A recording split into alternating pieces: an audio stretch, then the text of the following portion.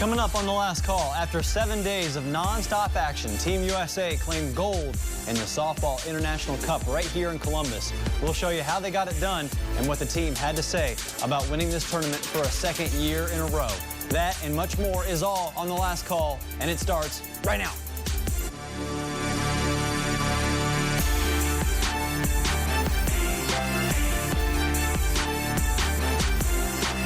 Welcome back to The Last Call. I'm your host, Justin Holbrook. If you like softball, man, have I got a show for you. We also sprinkle in a little gold medal performance from a local kayaker, the biggest softball fan you'll ever meet, and the Women's World Cup final. So let's get right to it and run it back.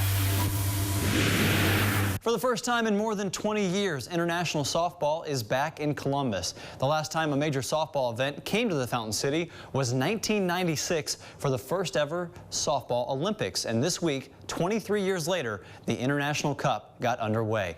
Team USA taking on Scrapyard Fast Pitch during day one of the tournament. Top of the second, 1 out. Former Auburn Tiger Casey Cooper, the home run leader at Auburn, scoops up the chopper and guns it over to first. Tiger fans remember that well. Still no score, but Team USA has the bases loaded, and Christy Merritt gets around on this ball. It flies deep to left field off the wall. Ali Aguilar, Valerie Arioto, and Rachel Garcia all come home to score. Stars and Stripes go up 3-0.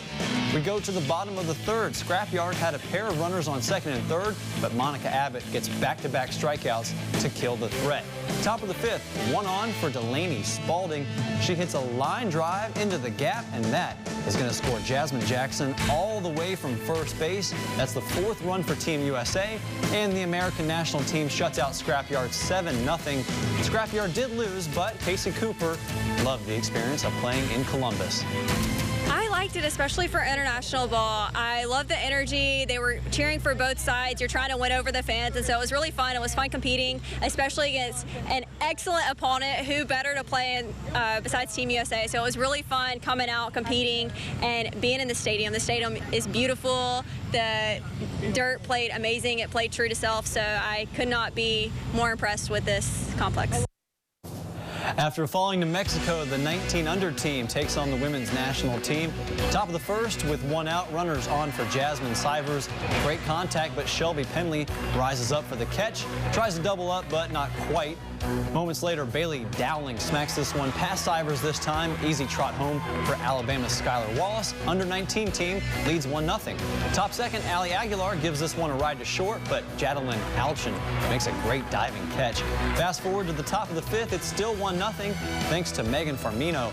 She gets Alabama's Haley McClendley to strike out, one of her 8 strikeouts on the day. Top of the sixth, the 19 team still leads 1-0, but Valerie Arioto changes that with just 1 swing. Gets all of this ball and not coming back. The solo bomb ties it at 1 apiece, and just like that, we've got a brand new ball game. We had to go to extra innings to find the winner. In the top of the 10th, Skylar Stewart gonna hammer a deep one and not coming back either. That puts Team USA up 4-1 in the 10th, and the national team wins 5-1 in 10 innings. So the very next day, USA facing Chinese Taipei. 36-year-old Kat Osterman gets the start. Top of the fifth, 2 outs. Chinese Taipei trying to steal, but Deja Malapola tells the runner, "Get off my lawn," to end the inning. Still 0-0. Top 6. Chinese Taipei with ducks on the pond, but Osterman throwing the nasty stuff for her 12th strikeout of the game. Still no score in the bottom of the 7th. Last chance for the U.S. Valerie Arioto, you've heard this name plenty of times, hammers this one to the gap. USA now has the winning run standing on first base. She gets over to second base. So with 2 outs, Michelle Moultrie is the last chance for the Stars and Stripes. She hits a chopper through the middle, and that'll seal the deal. Team USA stays undefeated on a walk-off win, winning 1-0.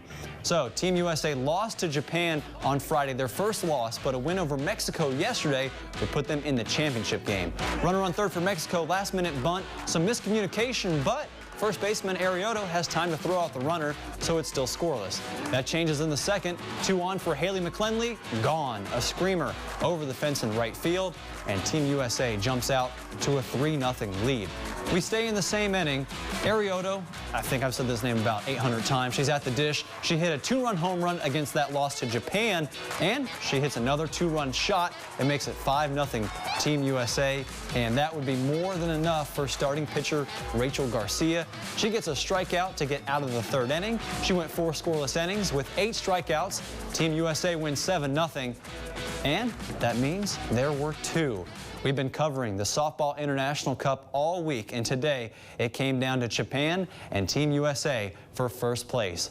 A special pair of coaches threw out the ceremonial first pitch. On the left, Laura Berg. On the right, Tyra Flowers. Both helped U.S. win gold at the Olympics in '96. Starting for Team USA today, Kat Osterman started out on fire, getting a pair of strikeouts and held Japan scoreless in the first. The good times did not last long. Top second with no outs. Yu Yamato gets around on this one. See you later. Solo homer gives Japan the early 1-0 lead. Same score, bottom of the 5th. Team USA has the bases loaded, but Rachel Garcia hits right into the 6-4-3 double play, and Japan still holds on to that 1-0 lead. In the bottom of the 6th, the U.S. finally breaks through. Bases loaded for Delaney Spalding, hits a chopper back to the pitcher, gets a lucky bounce, and Ali Aguilar crosses the plate to tie it up at 1 apiece. Same inning, bases loaded again, 1 out. Alabama's Haley McClenley hits a deep foul ball. It's caught, but it gives Michelle Moultrie enough time to slide safely to give U.S. their first lead of the game, 2-1, and they would win by that score, becoming back-to-back International Cup champions. For more, here's a report from Sports Director Rex Castillo. Team USA proved they are the top team in the world by winning the 2019 USA Softball International Cup over Japan 2-1. The U.S. did fall behind earlier, but the ladies had faith it was just a matter of time before they broke through.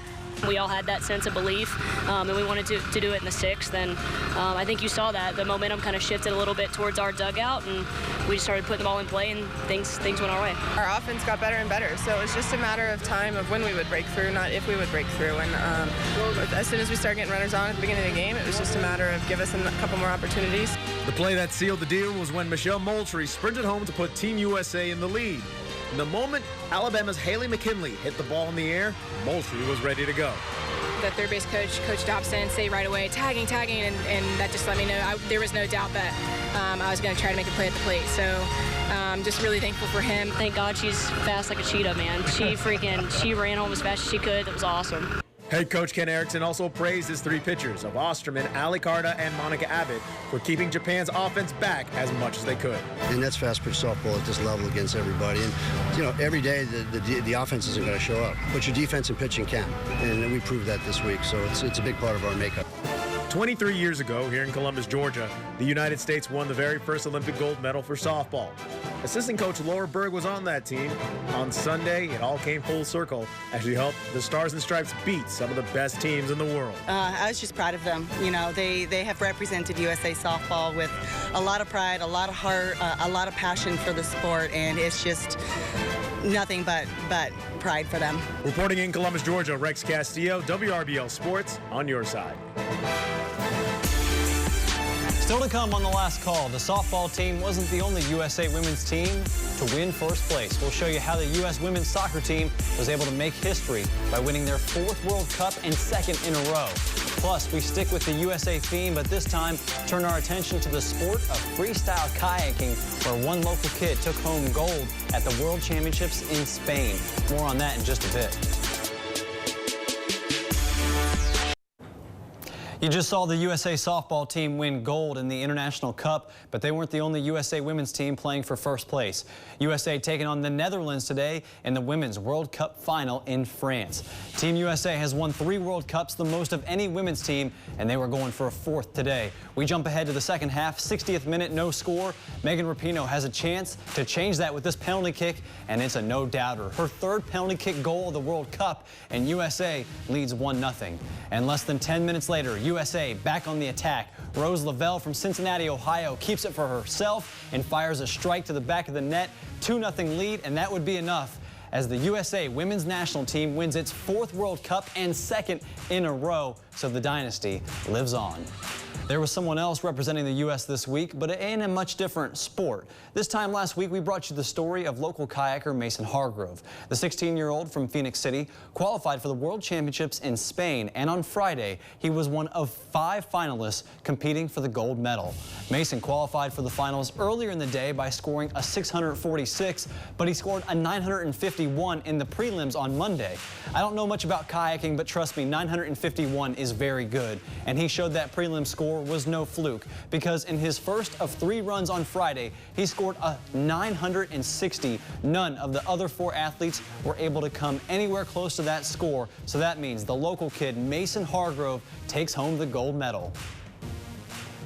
I was so excited just telling myself that I have my ride and I'm going to go do this, and it paid off, and I'm so happy. Just put hard work and commitment, and if you mess up or fall down, get right back up and try even harder.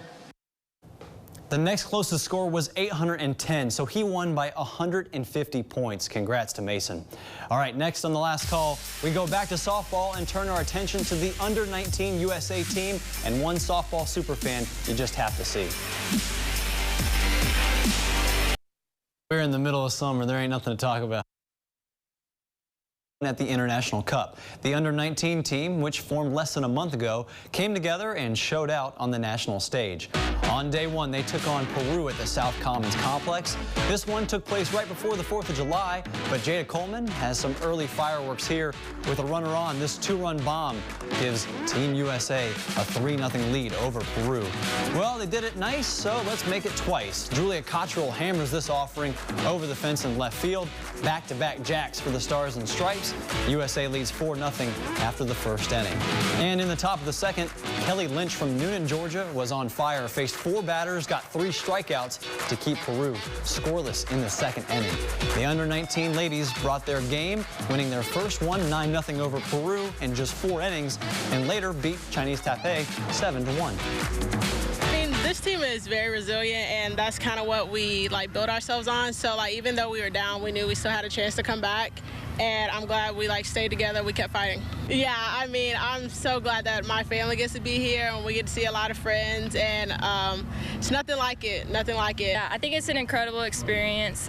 We're just so thankful that we have this opportunity to play for USA, and even more special that me and Charlotte get to play in front of a hometown crowd where our family's able to come out and watch us. The next test for the under-19 team was against China. We were scoreless all the way to the top of the 5th. Here, Kelly Gooden drops a nice drag bunt, and China can't handle it, and we have a leadoff run for America. After an intentional walk, Charla Eccles, the Newnan native, rips this one through the right side. Gooden and Bama's Skylar Wallace both make it home. It's a stand-up triple for Eccles, and America leads 2-0. Then USA busts the game open, up 3-0 with runners on. Julia Cottrell smacks one up the middle. 2 more runs come home for the Stars and Stripes. That makes it 5-0 USA, and they win by a touchdown, 7-0. And the next day, under-19 team taking on Scrapyard Fast Pitch. Bottom of the first, Lexi Kilfoyle was dealing in the circle, gets Taylor Edwards to swing and miss. One of her 5 strikeouts on the day. Scrapyard kept on fighting. Bottom second, Kylan Becker makes contact. The blooper brings home Bailey Landry, and Scrapyard leads 1-0 over Team USA.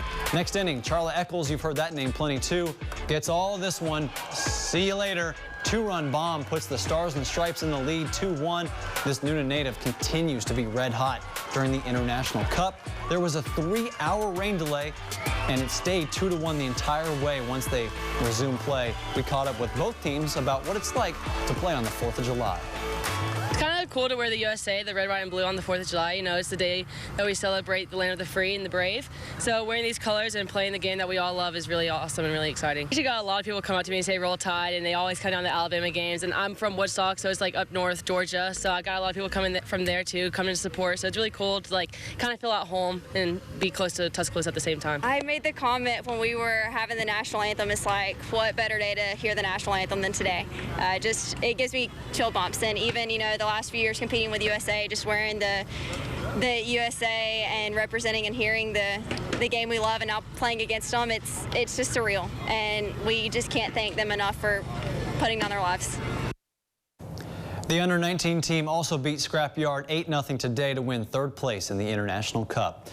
So there was plenty to cheer about if you're a fan of Team USA. They finished 1st and 3rd in the International Cup. And there for just about every game was Newnan native D'Angelo Sanchez. Here's more on the softball superfan who travels the country to show love for the sport he loves.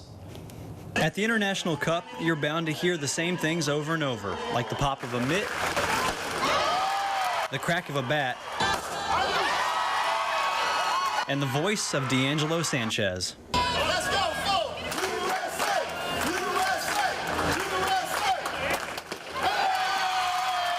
It's not me, it's the spirit in me. God, I guess it's one of my talents or attributes. I appreciate it, but it's for the love of the game. The Newnan, Georgia native fell in love with the game because of the love he has for his sister Shemaya, who played for LSU and is now on the Puerto Rican national team. It's wonderful, man, to see the young girls get ready to transition and take over the country and, you know what I'm saying, represent the USA at a young age at a time like this. It's very beautiful to see, so it shows strength and maturity at an early age. Even at his age, there's no sign of slowing down his passion and relentless energy for fast-pitch softball.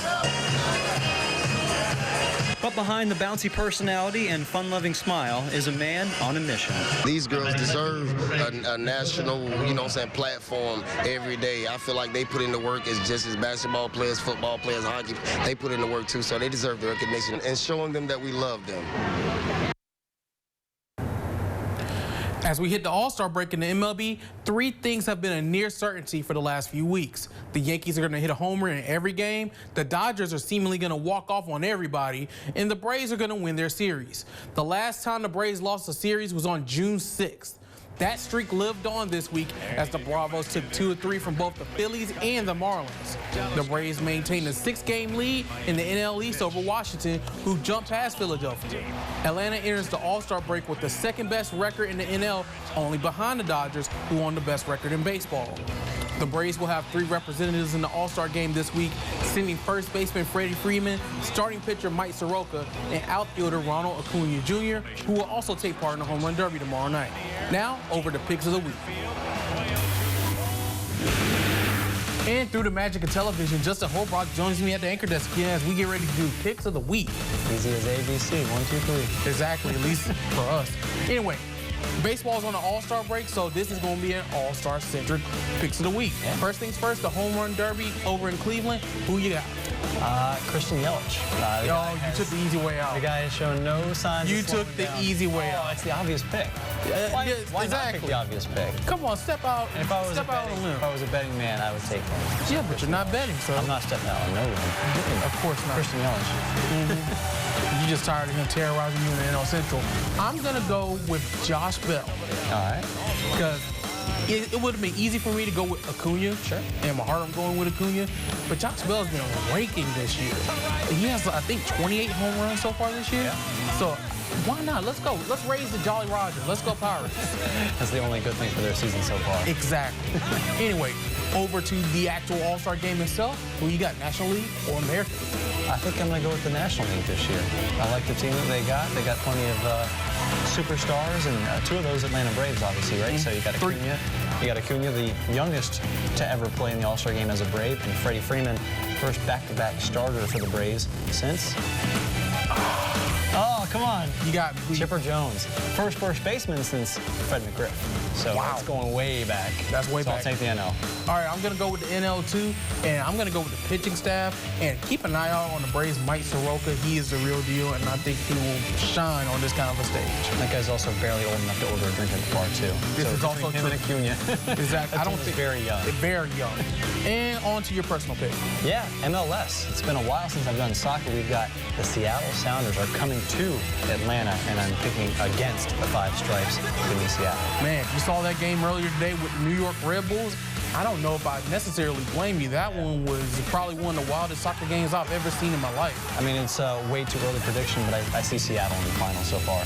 Well, okay. All right. I'll hold you to it. As for me, I'm not picking a game, but I'm picking something in the NBA. I say that Russell Westbrook, if I can get that out, will be traded by the time we come back to you next Sunday on The Last Call. All right, so you don't have to name the team or be right about it, but do you have a feeling? I'm going to go with Rex's team, the Houston Rockets. Wow, really? To join with Chris Paul, or is Chris Paul leaving? I think Chris Paul is leaving. I don't think it's the smartest decision, but I think it's a decision that OKC will make to placate Westbrook and so they can just go ahead, start over, start fresh. And Houston desperately needs a change. I think he definitely wants to leave, especially since Paul George left for LA. Exactly.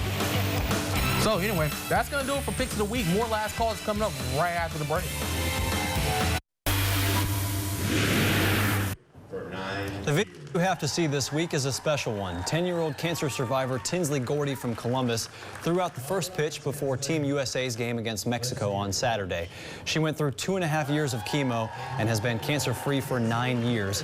You already know she's strong, and that pitch right there is just further proof. Who knows, maybe we'll see her wearing a Team USA jersey someday. Thank you, Tinsley, for your inspiration, and thank you to you for watching The Last Call. Same time next week. Have a good night.